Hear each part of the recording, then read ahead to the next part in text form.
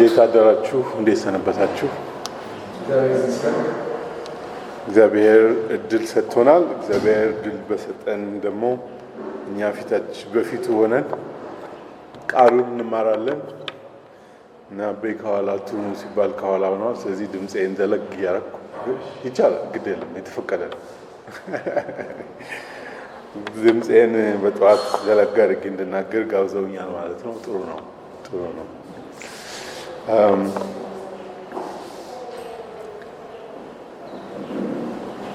ሳምንታችሁ ጥሩ አልፏል ብዬ አስባለሁ። በአንድ በኩል የኳስ ነገር ከተማው ላይ በጣም ብዙ ሰዎች እንዲጫጩ ያደርግ ነበር። ከተማው ኳስ የሚወዱ ሰዎች ካለፈው ቅዳሜና እሑድ ጀምሮ በጣም በብዙ ደስታ መንገድ እየዘጉ እና የከተማችን ሰው ምን ደስ እንደሚያሰኘው በተለይ የከተማችን ወጣቶች ምን እንደሚያስፈነድቃቸው ምልክት ታይቷል ማለት ነው። በተረፈ ደግሞ በየቦታው እንመርጣለን የሚል ማስታወቂያ አለ። ምርጫም ነገ ነው። ስለዚህ ብዙ ሰው ለመጪው 7ኛ ዙር ምርጫ ዝግጅት አድርጓል። ስለዚህ ዛሬ እንደ ጽሞና ቀን ይመስለኛል ለነገው ምርጫ እና የተዘጋጃችሁ እንኳን ደስ አላችሁ። ነገ እንግዲህ ምርጫችሁን በያዛችሁት ካርድ ሄዳችሁ ማሳወቅ ይኖርባችኋል ማለት ነው። ዜግነትም ስለሆነ ምድራዊ ዜግነት ደግሞ ጥሩ ነው። የሚመስለንን ነገር ለመናገር እድልም ስላለው ሀሳብ መግለጫም ስለሆነ የሁለት አገር ዜጎች የሚለውን የሁለት መንግስታት ዜግነት የሚለውን አርብ ልንጀምር ነበረ። ብዙ ሰው አልተገኘም። የተገኙ ሰዎች ሻይና ቡና እየጠጣን ቁጥራችንን ማነስ ስላለ የምድር ዜግነት ውስጥ ያለውን ብቻ ብዙ ነገሮችን እንደ መግቢያ እርስ በርሳችን ስንነጋገር ነበር። የምትወዱ ሰማያዊው ምድራዊም ዜግነት እንደው ምን ቢሆን ይሻላል? ደግሞ ካቦካን ከፈጨን በኋላ የዚህን የምድሩን ጉዳይ ማያችን የእግዚአብሔር ቃል ስለሆነ የምንለውን ሁሉ መልሰን ደግሞ እንደ እግዚአብሔር ቃል ነው ወይ ማለት እንድንችል እዛ ጋ ሲደርስ አንድ ግለሰብ አንድ ሰው የዛ ጉዳይ ባለቤት ብቻ መሆን ስለማይችል ምንም እንኳን እኔ መረጃ ሰብስቤ በመጣ እንደ ቃሉ በመዘን ላይ ቅድሚያም ብልጫም ስለሌለው የጋራችን እግዚአብሔር በቸርነቱ የሰጠን ግልጽ ቃል ስላለ እዛ ላይ እንመዝንበታለን። ሁሉንም ትምህርታችንን እንደዚሁ ማየት ጥሩ ነው። ብዙዎቻችን እግዚአብሔር እንደሰጠን ዙሪያውን ያለውን ነገር ለማየት፣ ለመስማት፣ ለማሰላሰል፣ ለማደራጀት፣ ለማቅረብ እንደተሰጠን ጸጋ እንቀርባለን። ይሄ ነገር እንደ እግዚአብሔር ቃል ነው ወይ ሲባል ግን እኩል ቦታ ላይ ነው የምናርፈው።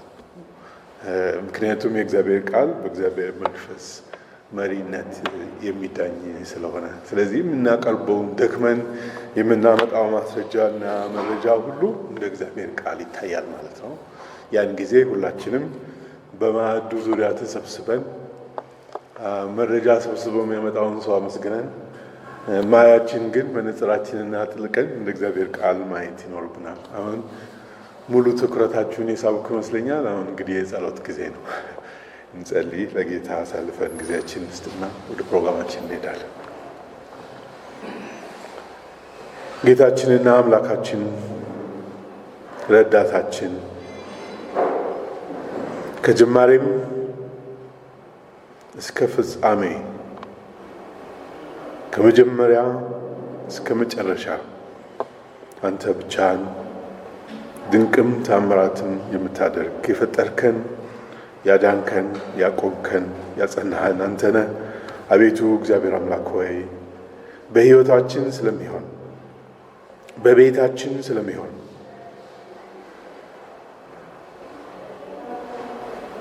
እኔና ቤቴ በሚለው ባዘጋጀነው ማዕድ ጌታ እግዚአብሔር ሆይ ለእኔም ለወገኖቼም የሚሻል ነገር መምከር እንድንችል እንድትረዳን እንጠይቅሃለን። መልካምን ጊዜ ስጠን። ቃልህን ብርሃን ለሕይወት የሚቀር ለዛሬና ለነገ የተሻለ ምስክርነት የሚቀር ነገር አንተ ስጠን። ሁሉ ለአንተ ክብር ይሁን በጌታ በኢየሱስ ክርስቶስ ስም አሜን።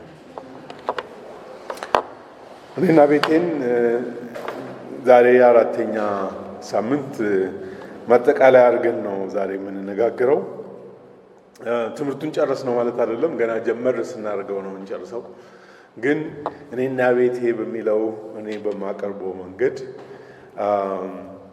የተዘጋጀው ሀሳብ ምን ላይ እንዳረፈ ከምን ዋና ዋና ሀሳቦች እንደመነጨ እንድታስቡ እንድትወያዩ ሌላ ሰው ላይ ያለውን ሀሳብ እንድትናገሩ ሳይሆን እኔ ብላችሁ እኔ ቤቴም ብላችሁ እንድታስቡ የሚረዳ ነው።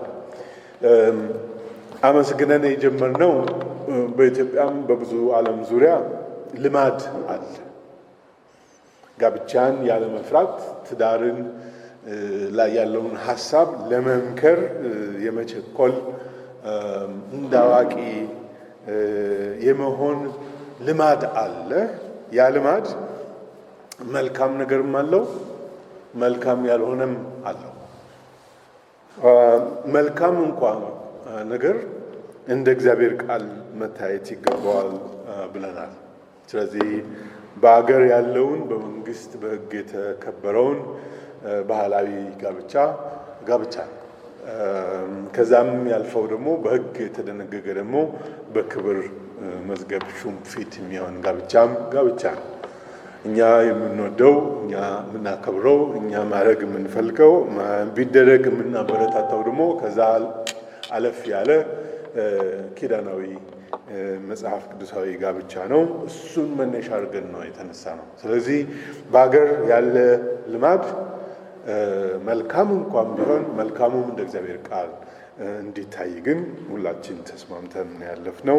እኔም በልማድ ያለውን ብዙ አላነሳውም፣ እንዲሁ በጥቅል ነገሩን ብቻ በማንሳት ነው። ልማዳዊ ጋብቻ መልካም እንኳን ቢሆን ይታይ የሚለውን በአዋጅ እንጂ ምን ይመስላል የሚለውን ብዙ አልተነጋገርንም። ውል ከኪዳን ጋር አንዳንዴ እየተቀላቀለ ስለሚምታታ እና ብዙ ሰዎችም እውቀቱ ግልጽ ስላልሆነ ውል ምን እንደሆነ እና በማህበራዊ ሕይወት ደግሞ ውል የምንለው ነገር በጣም አስፈላጊ ኪዳናዊ ጋብቻ አይደለም፣ ግን ውል በጣም አስፈላጊ ነው። ውል ጥቅምን ማስከበሪያ ነው። ወይም በሕግ ቋንቋ ቢሆን ሕግን የሚያስከብሩ ሰዎች የሚሉት መብት ማስከበሪያ ነው።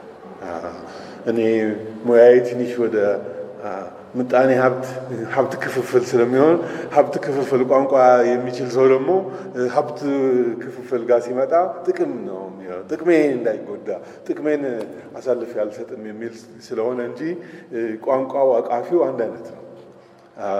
ስለዚህ ውል ተዋዋይ ወገኖች የሚዋዋሉ ወገኖች ጥቅማቸውን አሳልፈው አይሰጡም።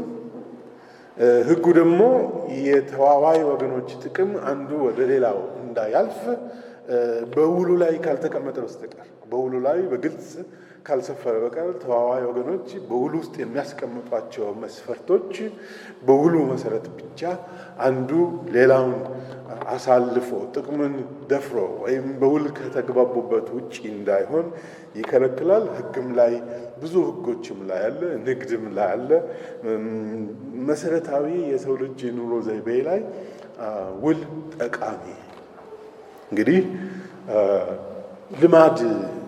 በልማድም በሀገር ቤታውን ብትወስዱ ባለፈው ጊዜ መናጆ ይሆናል የተባለው በሬ ገበያ የሚሄድበት ምክንያቱ ገበያ ሄዶ ከብቱን ሸጦ የሚያስፈልገውን ሌላውን ነገር ገዝቶ ወደ ቤቱ የሚገባው ሻጭም ደስ ብሎት ነው፣ ገዥም ደስ ብሎት ነው።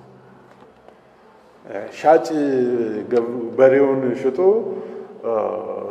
በሌላ ነገር ለውጦ ደግሞ የሚፈልገውን ሌላ ነገር ሲገዛ በሬውን ተጎዳሁ ብሎ ሳይሆን በሬውን በመሸጡ ተጠቀምኩ ብሎ ነው።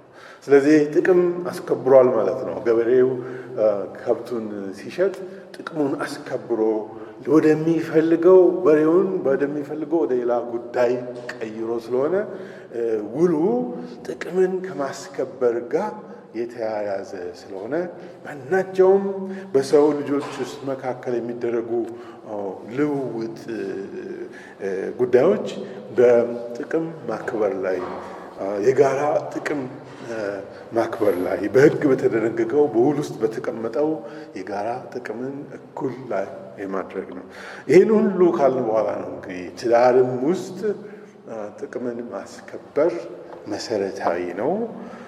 በሰው ልጆች ደግሞ በደል እንዳይኖር፣ ጉዳት እንዳይኖር ባለ ውል ቢሆኑ ተጋቢዎች እንዳይጣሉ፣ ምናልባት ሀሳብ ልዩነትን ቢኖር ማስተናገጃው ሀሳብ ማለዋወጫው ተበድሏል አልተበደለም መባባሉ የሚመጣው ውሉ ሲኖር ነው። ያ ውል ልማዳዊ ሊሆን ይችላል፣ በክብር መዝገብ ፊት የሆነ ሊሆን ይችላል። ቤተክርስቲያን ሲሆን ግን ጥያቄ ያስነሳል። ውሉ ምንድነው ጥያቄ የሚያስነሳው ሲባል መሰረታዊውን አይለቅም። ቤተክርስቲያንም ቢሆን የተበደለ ይበደል ብለን ፍርድ አንሰጥም። የተጠቀመም ይጠቀም በዚሁ ይቀጥል ብለን አንፈርጅም። ቀስ ብለን ነው የምናየው። ቀስ ብለን የምናየው ለምንድን ነው? ከመሰረቱ የትኛው ላይ ነው አርፈው የጀመሩት? ከየት ጋር ነው የጀመሩት? በውል ጀምረው ከሆነ ውሉ ይጸናል። ዛሬ እንግዲህ ዋና እንድናገር የተጋበዝኩት ኪዳን መሰረቱ ጥቅም ማስከበር አይደለም የሚለው ነው። በሕግ የተፈቀደው እንደተጠበቀው ነው። ማህበራዊ ሕይወት ውስጥ ጥቅምን ማስከበር መሰረታዊ መሆኑ ሳይዘነጋ እሱን ሁሉ ከተቀበልን በኋላ ለመሆኑ አንተ ብላችሁ እኔን ፍስሐን ብትጠይቁ ስታገባ ጥቅምህን ለማስከበር ነው ወይ? እንግዲህ የነበሩ የመከሩ የሰበኩ ያማከሩ ሰዎች ስላሉ ስለዚህ በእግዚአብሔርና በዚህ ጉባኤ ፊት ሲባል የሶፊም ጥቅም እንዲከበርላት የፍስሐ ጥቅም እንዲከበርለት ነበር ወይ ውሉ? ያ ሞት እስኪለየን ድረስ የተባለው የገባነው ቃል ምንድን ነው የሚለው? ውስጡ ምንድን ነው ያለው?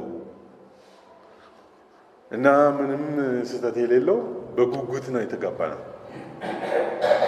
ጥቅም ያበዛል፣ ደስታን፣ ሰላምን፣ ቸርነትን ያበዛል ብለን እና ሁላችሁም ምንም ስለዚህ ጉዳይ ጥርጥር እንደሌላቸው አውቃለሁ። ማንሳት ያለብን መሰረታዊውን ነገር ስለምናነሳ ነው እንጂ ስንጋባ ጉዳት ይመጣል፣ ጉዳቱን ደግሞ ፍስሐ ነው የሚችለው ወይም ጉዳቱን ሶፊ ናት የምትችለው የሚል ንግግር ላይ አይደለም ጋብቻው መሰረት ያረፈው። መልካም ነገር ይሆናል፣ መልካሙም ነገር ይበዛል፣ መልካሙንም እንካፈላለን፣ እየጨመረ እየበዛ ነው የሚሄደው ብለን ነው። ባይመጣስ ያልነው መልካም ነገር ባይሆንስ? መልካሙ ነገር ባይሆን እንግዲህ በደስታ ጊዜ ብቻ ሳይሆን ቃል ኪዳኑ በሐዘንም ጊዜ፣ በመልካም ጤንነት ጊዜ ብቻ ሳይሆን በሕመምም ስለሆነ ሚዛኑን ለአዋጁ አስተካክለናል። ዛሬ እንዲህ ትምህርት ሲሆን ግን መግለጥ አለብን ማለት ነው። ግልጽ አድርገን መናገር አለብን። ትዳር ሲጀምር ጀምሮ ከመሰረቱ ጀምሮ ከዘፍጥረት ጀምሮ ትዳር ሐሳቡ ወንድና ሴት ሲሆኑ በረከት ያለበት ነው። እግዚአብሔር በምድር ላይ የሚያስበውን ሐሳቡን ፈቃዱን የሰው ልጆች እንዲፈጽሙለት ሲያደርግ መብዛት መባዛት ነው። ስለዚህ ከጉዳት አይጀምርም ማለት ነው። የሚጀምረው ከታሰበው ከትልቁ ከእግዚአብሔር የበረከት ሐሳብ ነው የሚነሳው። የበረከት ሐሳቡ ግን ምዕራፍ 1 እና ምዕራፍ 2 ብቻ ላይ ያለ እንቅፋት ስለሄደ ሶስተኛው ምዕራፍ ላይ ሲደርስ እንቅፋት ስለገጠመው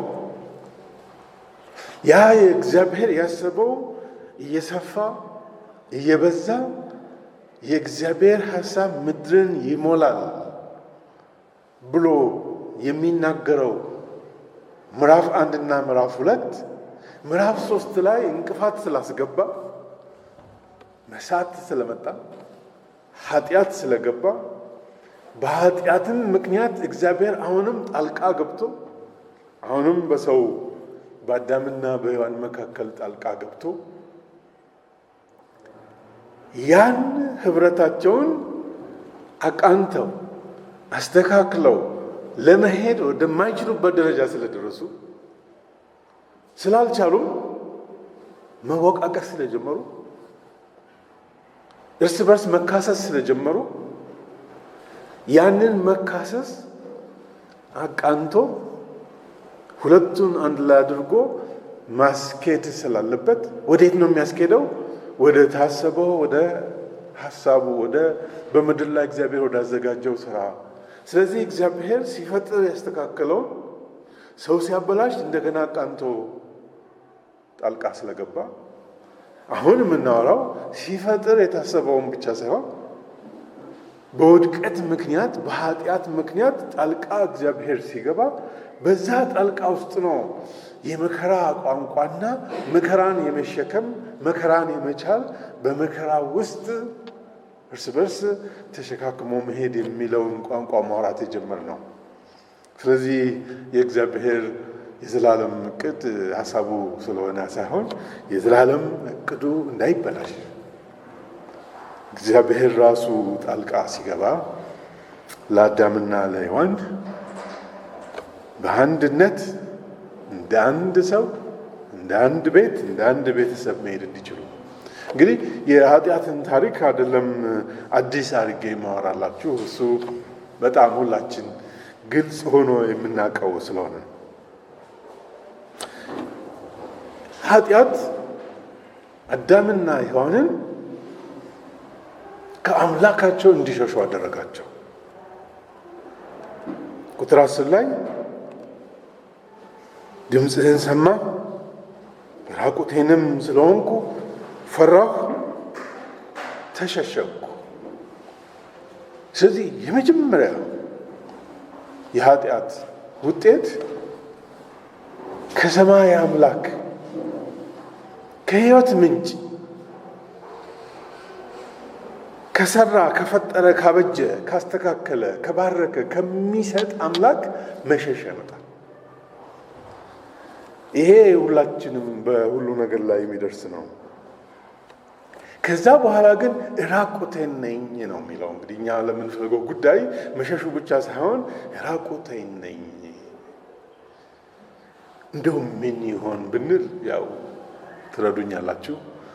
ዘርዝሮ እስከ ዛሬ ድረስ ያ ራቁትነት ምንድን ነው የሚለው የሚያሳየን ሰው የጻፈልን ያበራልን ሙሉ በሙሉ ግልጽ አድርጎ የሚያሳየን ሰው የለንም። ግን ራቁት መሆን ከተከለከለው አታርጉ አትብሉ ከተባለው የመብላት ፍሬ ነው። ስለዚህ ራቁትን እንደሆንክ ማን ነገረህ? በላህ ወይ? አትብላ የተባልከውን በላህ ወይ? አታርግ የተባለውን አርግ ወይ? እንግዲህ ተመልከቱ፣ ሰው እግዚአብሔር አታርግ ያለውን ሲያደርግ ከክፉ ጋር ተባባሪ ሆነ። ግልጽ አይደለም፣ እንደገና ልናገር። የክፋት ተካፋይ ይሆናል። የመልካም ነገር ተካፋይነት እንዳለ የክፋትም ተካፋይነት አለ። ስለዚህ ክፋትን ውስጡ ሲገባ አካል ሰውነቱ ላይ ለውጥ አመጣ ማለት ነው። ያ እግዚአብሔር አታርግ ያለውን አትብላ ያለውን መብላቱ እንዲህ ወደ አፍ የሚገባው እንደዚህ ይወጣል እንደሚባለው ኋላ እንደተነገረን አይነት ትምህርት አይደለም። አሁን ራሱ የተከለከለውን ማድረግ ሰማይ አምላክ ድንበር ሲያበጅ ድንበሩን ማለፍ ራሱ ሕይወት ላይ አስተያየት ላይ ሰውነት አካል ላይ ለውጥ አምጥቷል። ምንድን ነው ዝርዝሩ ብትሉ አያውቀውም። በእውነት እንደው እዛው ያለውን ብቻ ልብ እንድትሉ ነው እንጂ ግን በልቶ አካሉ ላይ ለውጥ አምጥቶበት ራቁቴን ነኝ እስኪል ድረስ ተናግሮ ሸሽቶ ከአምላኩ ምክንያት ደግሞ ሰጠ። እንግዲህ እኔ ያው የዚህን ዓለም ፍልስፍና የቻላችሁ ሰዎች ይችላችኋል። እኔ ፍልስፍና ሳይገባኝም እስካሁን ያለሁት እና ፍቅርም የሌለኝ በዚች ምክንያት ነው። በዚች ጋር ያለችው ነገር ይዛኝ ነው። ምንድን ነው የሚለው? አወዳደረና አዳም እንዴት ይሄ ሁሉ በምን እንደደረሰበት ምክንያት ሰጠ እና ከኔ ጋር እንድትሆን የሰጠኝ ሴት እርሷ ከዛፉ ሰጠችኝና በላሁ አለ። ነገሩ እኮ እውነት ነው፣ ግን ጥያቄው እሷ አልነበረም። ነገሩ እውነት ነው። ምክንያት ስንሰጥ ሁልጊዜ እንደዚህ ነው። በቂ ነው ብለን ነው የምንሰጠው። ምክንያቴ ሙሉ ነው ብለን ነው የምንሰጠው። በእግዚአብሔር ፊት ግን ሙሉ አይደለም። የተጠየቀው እሷ አይደል።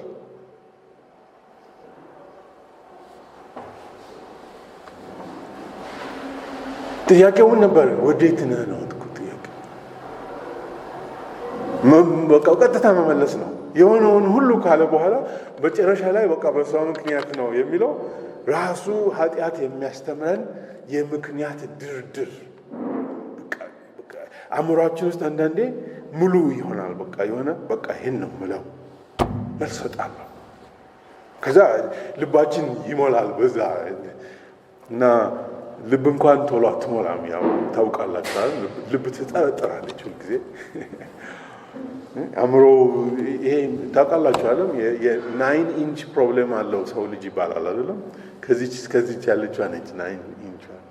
ልብ ቶሎ ከአእምሮ ጋር አትሄድም። ስለዚህ ምራቁትህን እንደሆንክ ማን ነገረህ? ራሴ አወቅኩ፣ ራሴ ገባኝ፣ ይሄን ካረኩ በኋላ ተረዳው አላለም። አንተ እቺን ሰጠኝ፣ እሷ ደግሞ ይሄንን ሰጠችኝ፣ ከሷ ተቀብዬ አትብላ ተብላ የለም ወይ ነው ጥያቄው። እሱን ሁሉ ይደረድራል የሰው ልጅ። እንግዲህ እግዚአብሔር እዚህ ጋር ነው። ኋላም ያሉትን ነገሮች ማስታወሻ በጻፍኩት ላይ ያስቀምጫለሁ። እየተከተልን ስንሄድ 4ኛው ምዕራፍ ላይ ስንደርስ ስለ አቤል ስለ ቃየንም ስንናገር በቤታቸውም ውስጥ እንደው ምን ነክቶት ይሁን ይሄ ቃየን ምን ነካው ብትሉ ምክንያት ደርድሮ ነው። በቃ ዝም ብሎ ምክንያት ደረደረና የእሱ መስዋዕትነት ተቀባይነት ያላገኘው በወንድሙ ምክንያት ነው። ለዛውም ክርክር ገጥሞ። ስለዚህ ሀሳባችን ሙሉ አይሆንም በእግዚአብሔር ፊት። ሀሳባችን በእግዚአብሔር ፊት ሙሉ ስለማይሆን እግዚአብሔር ለሰው የሚያደርገውን ማሰብ፣ እግዚአብሔር ለሰው የሚያደርገውን ወደ ማሰብ ሲመልስ ቁጥር 14 ላይ ይህን ስላደረገ ማን? እባብ። ማን ያደረገው? እግዚአብሔር። ስለዚህ ይህን የሚያስተውን በመጀመሪያ እግዚአብሔር በአሳተው ላይ እርምጃ ወሰደ። ከዛ በኋላ ቁጥር 15 ላይ በአንተና በሴቲቱ መካከል በዘርህና በዘሯም መካከል ጠላትነት አደርጋለሁ አለ። ማን አደረገ? እግዚአብሔር። ሰው ልጅ ምንም ይህንን መፍትሄ ማድረግ የሚችልበት መሰረት እንደሌለው ጥርጥር በሌለው መንገድ መነጋገር እንችላለን ማለት ነው። እግዚአብሔር ጠላትነትን ባያደርግ መልሰን ወዳጅ ልንሆን ነበር ማለት ነው።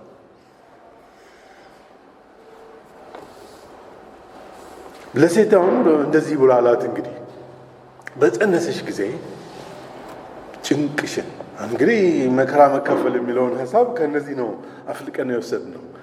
ጭንቅሽን አበዛለሁ። ማን ነው የሚያበዛው? እግዚአብሔር ነው። በምን በጸነሰች ጊዜ በወለደች ጊዜ በጭንቅ ነው የምትወልደው። በጭንቅ ትወልጃለሽ፣ ፈቃድሽም ወደ ባልሽ ይሆናል። ስለዚህ በኃጢአት ምክንያት የመጣው ውጤት የሚያስጨንቅ ሆኖ ያ ጭንቅ ደግሞ ልጅ ያስገኛል የተባለው ምዕራፍ 1 ላይ ያለው ምዕራፍ 2 ላይም ደግሞ በመጠኑ ተብራርቶ የተቀመጠው ምድርን የሚሞላ ቁጥራቸው ምድርን እንዲሸፍን ብዙ ነገድ ብዙ ሕዝብ እንዲሆኑ የተባለው አይቀርም። በጭንቅ ውስጥ ነው የሚሆነው ነው የሚለው። ግን ያደረገ ማን ነው? እግዚአብሔር ነው። በጸነስሽ ጊዜ ጭንቅሽን እኔ በማነበው እዚህኛው ትርጉም ላይ እጅግ አበዛለሁ ብሎ። ስለዚህ በጭንቅ በመውለድ በአንድ በኩል መጨነቅ፣ በአንድ በኩል ደስታ። ስለዚህ የሰው ልጅ ቁጥር የመብዛቱና ልጅን የማግኘት በልጅም ደግሞ በረከት ደግሞ በደስታ መሆን ልጅን ማቀፍ ትውልድን ማብዛት በጭንቅ ውስጥ ነው የሚመጣው። ስለዚህ ከልባችን አላፈለቅነውም። በመከራ ውስጥ ስንል በጭንቅ ውስጥ ስንል የመካፈሉን ሀሳብ እንመጣለን። ግን ጭንቁ ይኸው እግዚአብሔር ራሱ የጋበዘው ነው።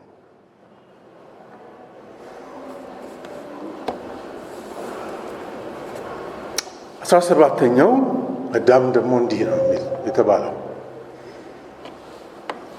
የማን ቃል ሰምተሃል? በራሱ አዋጅ የሚስትህን ቃል ስማ ያለው ማን ነው?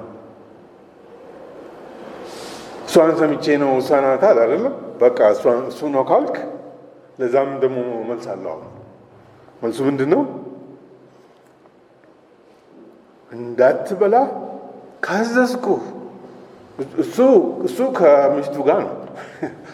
እግዚአብሔር መልሶ ካዘዝኩህ በልተሃል። ስለዚህ ክሱን ተው እንደማለት ነው። ይህን ክስን ተው።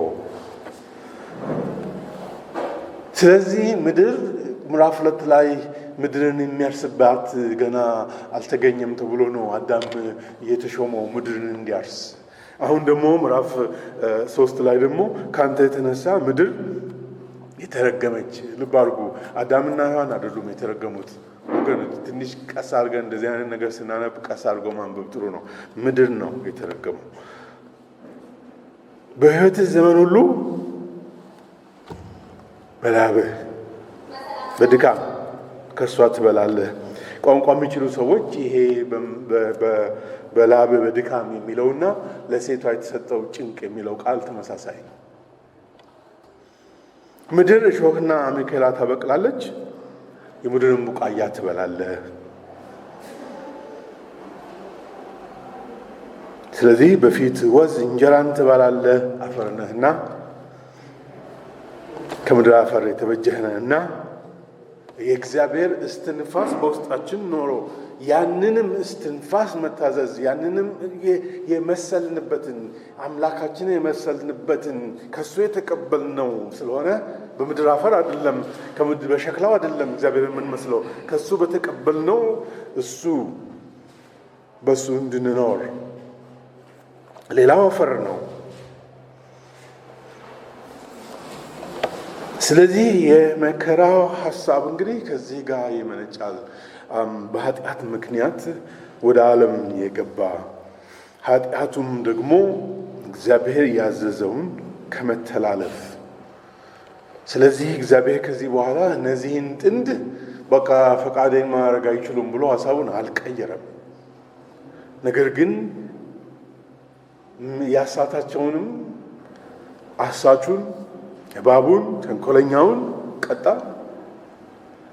ለነሱም ደግሞ በመከራ ውስጥ በጭንቅ ውስጥ በላብ ውስጥ በድካም ውስጥ ፈቃዱን እንዲፈጽሙ አደረጋቸው። ከዚህ ተነስተን ነው እንግዲህ አዳም ሚስቱን ቢያውቅ እውቀቱም ጥብቅ፣ እውቀቱም ቅርብ፣ እውቀቱም ከመጣበቅ ጋር ከመያያዝ ጋር ሁለቱ በአንድነት በአንድ ሀሳብ እንዲሄዱ ቤታቸውንም እንዲመሩ ቤትን ከዚህ በኋላ ያለውን ሁሉ እንግዲህ በኖህም ብንወስድ በአብርሃምም ብንወስድ እኔ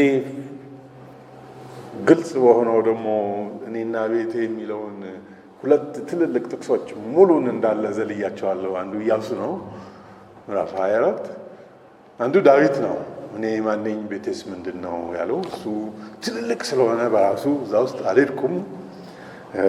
እናንተ መጽሐፍ ቅዱስ ለምታውቁ ሰዎች ወደ እሱ ተመልሼ ማስረዳትን አስፈላጊ መስሎ ስላልታየኝ አልሄድኩም። ግን መከራ በራሱ ሕይወትን የሚያደናቅፍ የእግዚአብሔርን ፈቃድ የሚከለክል አይደለም። ይልቅስ እኛ ኃጢአት ካደረግን በኋላ ልጓም ያስፈልገናል። ማስታወሻ ስጽፍ እችኛዋን አላልኩም። ባለ ልጓም መሆን የተሻለ ነው። ልጓም ያስፈልገዋል የሰው ልጅ። ለምን? ኃጢአት የምንላቸው ነገሮች በውስጣችን በሌላ አነጋገር አመፅ የሚባለውን ይህን ድፍረት የሆነ ስልጣንን የመጣስ ክብርን ያለመስጠት ራስን ብቻ ወደ ማየት ሌላውን ሁሉ ወደ መናቅ እኔ ብቻ ወደ ማለት ይሄ ሁሉ የኃጢአት ልጓም ካልገባበት በቀር እግዚአብሔር ከምድር አፈር ላበጀው እስትንፋስን እንደሰጠው በእስትንፋስም ደግሞ ሊያኖረው ፈቃዱን በምድር ላይ ሊሞላ በሐሳቡ ሊያኖረው እንዳሰበው ወደዛ መመለስ አለበት። ስለዚህ ሌላ የእግዚአብሔር እስትንፋስ የእግዚአብሔር ፈቃድ ያስፈልጋል። ለዚህ ነው ከኋላ ጀምሮ በዘርህና በዘሯ የሚለውን እንግዲህ ፍንጭ ስንይዝ ጠላትነትን ያደረገበት ምን ምን ይደራረጋሉ ነው የሚለው። እንግዲህ እሱን ይዘን ነው ታሪኩን የምንዘልቀው። እርሱ እግር እባብ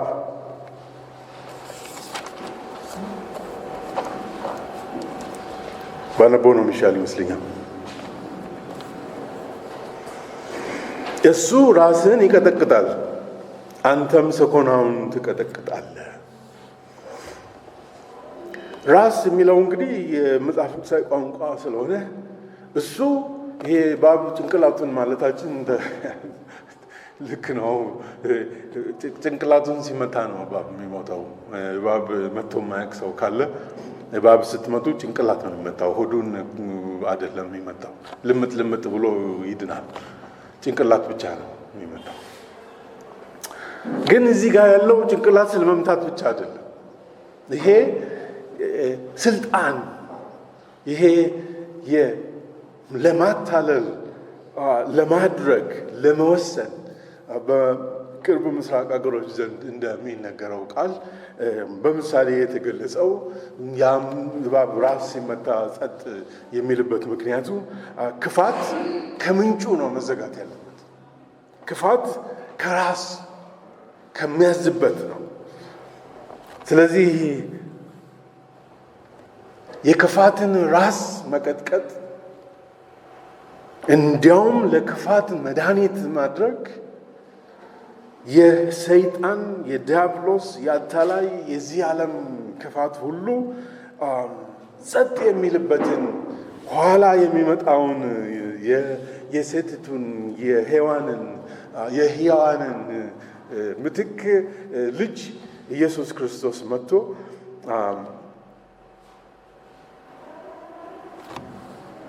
ምንም ሳይነካው አይደለም እንግዲህ የሚመጣው፣ ምንም ሳይነካው አይደለም። ምክንያቱም እባብ ቶሎ እጅ አይሰጥም እና እዚህም ደግሞ ተቀምጧል። አንተም ሰኮናውን ትቀጠቅጣለህ፣ መረማመጃውን መንገዱን ሁሉ ትዘጋብታለህ። አንተም ሐሳቡ ምድር ላይ እንዳይሞላ እንቅፋት ታደርጋለህ ማለት ይሆናል። ስለዚህ ጠላትነቱ ተቀምጧል ማለት ነው። ጠላትነቱ ደግሞ የግጭት፣ የመከራ። ስለዚህ ትውልድ ከዚህ በኋላ የሚመጣው ትውልድ ሁሉ እስከ ክርስቶስ ኢየሱስ ከዛም በኋላ ያለው ሁሉ በእግዚአብሔር ሐሳብና ፈቃድ ማስፈጸምና የሰውን የልብ ሐሳብና ምኞት ማስፈጸም መካከል ግጭቱ ይኖራል ማለት ነው።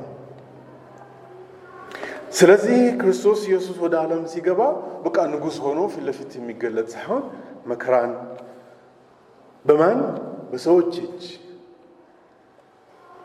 ለምን? ያ ሰውን የሚያጎላ ሰውን ፈቃዱን እንዲያደርግ ራሱን ከፍ እንዲያደርግ የሚጎተጉተው ሐሳብ እርኩስ መንፈስ ውስጥ አይደለም ያለው። ያ እርኩስ የምንለው ሐሳብ በሰው ውስጥ ነው ያለው። ስለዚህ ሰዎች ናቸው በክርስቶስ ኢየሱስ ላይ እስከ ሞት ድረስ መከራን የሚያመጡበት ማለት ነው። የሰይጣን ሐሳብ በራሱ ቢኖር ሰላም ነበር የምንኖረው። በራሱ አይኖርም። በሰው ውስጥ ነው ክፋትን የሚሰራው፣ በሰው ውስጥ ነው። እግዚአብሔርም በሰው ውስጥ እንዳይኖር ጠላትነትን ያደረገ፣ ደግሞም ክርስቶስ ኢየሱስ ያንን መልካሙን የእግዚአብሔርን ሐሳብ ይዞ ወደ ዓለም ሲመጣ ያንን መልካም ሐሳብ በምድር ላይ እንዳይሞላ የሚከለክሉት ሰዎች ናቸው። በተለይ እንግዲህ ለእኛ በኑሯችን፣ በአካሄዳችን፣ በትዳራችን፣ በሕይወታችን ምሳሌ። ስለዚህ ዘፍጥረት ላይ ቆሜ ነው 66 መጽሐፍ የማወራው እንደምታዩት። ግን መከራው ከየት ጋር ነው የመጣው ለሚለው ምንም ጥርጥር እንዳይኖር። ስለዚህ እንግዲህ ከዚህ በኋላ አዳም ሔዋንም ልጅ ቢሞትባቸው ለቅሶ ማን ይደርሳቸው ይሆን? ማን ነው ለቅሶ የደረሳቸው?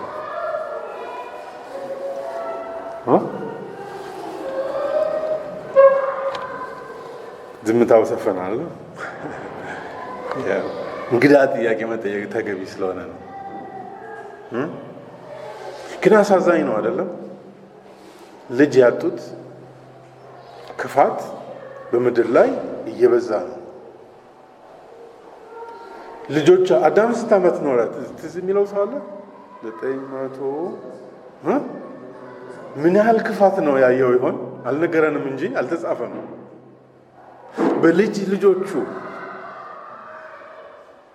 በምድር ላይ ክፋት እጅግ እየበዛ እየሰፋ ምዕራፍ 5 ላይ ስትደርሱ አንድ ሰው ብቻ ነው ሄኖክ የሚባል አካሄዱን ከእግዚአብሔር ጋር አደረገ የተባለው እንጂ አካሄዳቸውን ከእግዚአብሔር ጋር ማድረግ አልቻሉም። እነዚያ አዳም 965 ነው መሰለኝ ነው 35 ነው 930 ያው ቁልጭ ያለ ነው። አመሰግናለሁ መጋቢ። እንደዚህ ይሄ ሁሉ ዘመን ሲኖር እግዚአብሔር የተናገረውን ያውቃል። ለልጆቹ ተናግሯል፣ ለልጅ ልጆቹ ተናግሯል። በዝምታ አይደለም። በምድር ላይ ክፋት እየጨመረ ሲሄድ የእግዚአብሔርንም ተስፋ ተናግረዋል። የሚደርሰውንም ክፋት ከምን እንደመነጨ አዳም ያውቃል። እሱን ይዘን ነው ዝርዝሩ ስላልተጻፈ ዝርዝሩ ላይ ሳንገባ መነሻውን ይዘን እግዚአብሔር ትዳርን ሲያስቀምጥ በምድር ላይ በቤታቸው ያለውን መከራ ግን ችለው ወዴት ነው የሚሄዱት? እግዚአብሔር በሕይወታቸው ውስጥ ወደ አስቀመጠው ዓላማ በመከራ ውስጥ እንዲሄዱ መንገድ ተከፍቷል ነው። በማስታወሻ ስላስቀመጥኩ ሀሳቡን በሙሉ ሳይሆን የመግቢያውን ሀሳብ ብቻ ፕሮባብሊ ተራ ቁጥር 2 ብቻ ነው እስካሁን የተናገርኩት። የቀረውን በውይይት ልናነሳው እንችላለን። ስለዚህ ነው ትዳርና ጋብቻ ስንል እንደ ሀገር ልማድ ትዳር አለ። እንደ መንግስት ሕግ ደግሞ የውል በጥቅም ላይ የተመሰረተ አለ። እኛ ደግሞ ይህንን ሁሉ የሰው ልጅ ታሪክ ውስጥ የሆነውን ሁሉ ካየን በኋላ ትዳር ወንድና ሴት አብረው ሲመጡ እግዚአብሔር በእነሱ በኩል በምድር ላይ ሊያሳልፍ የፈለገውን በጭንቅ ውስጥ ምናልባት ሊያሳዝናቸው በሚችል ውስጥ ነገር ግን ዓላማው የእግዚአብሔርን ፈቃድ መፈጸም ስለሆነ ጥቅማቸውን ሳይሆን እግዚአብሔር በሕይወታቸው ያስቀመጠውን ዓላማ እንዲያዩ መጋበዝ ያስፈልጋል የሚለው ትምህርት ከዛ ነው የመነጨው። በጣም ተለምዶ ትምህርቱ ተስፋፍቶ ብዙ ጊዜ አይሰጥም። እኔም ቶሎ አልገባኝም። ድሮ ነው የገባኝ ልላችሁ አልችልም። እኔም ልማዳዊውንም ሕጋዊውንም ጋብቻ ልክ ነው ብዬ በሀገራችን በአደባባይ የማይባል የጋብቻ ውል አለ ልበለው። ፈቀዳ ብዙ ለጆሮ ደስ አይልም፣ ግን አለ። አስተማሪ ሆኖ ገጠር ሄዶ የሚያቅሰው ድሮ ጎጃም ብትሄዱ ድሮ፣ ጎንደር ብትሄዱ ድሮ፣ ወሎ ብትሄዱ፣ አልፎ አልፎ ወለጋም አንዳንድ አካባቢ አስተማሪ ሆናችሁ ገጠር ብቻችሁን መኖር አይፈቀድም። የአካባቢ ሰው ሽምግልና ይመጣና ወንድ ልጅ ብቻውን አሁንም ምግብ የምትሰራ ያስፈልጋል። ምግብ የምትሰራ ደግሞ ካለችው እንደ ሚስት በ80 እንደ ገበግ በደሞዝ ስለምፈራ አልደግምም። የነበረ ውል ነው። ልማዳዊ ጋብቻ ነው። ቃሉ ራሱ አልወደውም እኔ ሰውን ልጅ እንደዚህ ብሎ መጥራት። በመጽሐፋችን ላይ ያለው ባሪያ የሚለውም አፌን ይዘኛል። ምንም እንኳን በቤተሰብ ውስጥ በኤፌሶንም ላይ በቆላሴስም ላይ ያለም ቢሆን አሰሪ እና ሰራተኛ እያልኩ ነው እኔ ስናገር። እና ቤት ውስጥ የምትሰራ ሴት ለአንድ አስተማሪ ይሰጠውና በገጠሪቱ ኢትዮጵያ አብራው ትኖራለች። ምክንያቱም እምቢ እንኳን ቢል ሴት ልጅ ብቻዋን አታድርም ይባላል። እና እንደ ሚስት ሆና አብራው ትኖራለች። በዛው ይጋባሉ፣ በዛው ይኖራሉ። ልማዳዊ ጋብቻ ውስጥ ያለ ነው። መጥፎ ይሁን ክፉ ይሁን ያገቡ ሰዎች በጣም ልምዱ አላቸው። እኔ ያየሁት አለ። እኔ ካየሁት አብሮ መኖር ይችላሉ። መልካም ሕይወትን ሊመሩ ይችላሉ። በዛ ውስጥም አልፈው ጌታን ሊያውቁ ይችላሉ። በዛ ውስጥም አልፈው እኛ ወደምንለው እውቀት ሊደርሱ ይችላሉ። ይሄኛው ከፍ ያለ ነው። ይሄኛው ተንጠራርቼ ነው ያጠናሁት። ገና ይህንን እየኖርኩ ነው ብዬ እየነገርኳችሁ አይደለም። ይሄ ልንኖረው የሚገባ የተሰጠን አዲስ የእግዚአብሔር ቃል ውስጥ ተዘርግቶ ያለ ጋብቻ ማለት እኮ የእግዚአብሔር ዓላማ የሚፈጸምበት ህብረት ነው። የእግዚአብሔርን ሀሳብ እዛ ውስጥ ነው።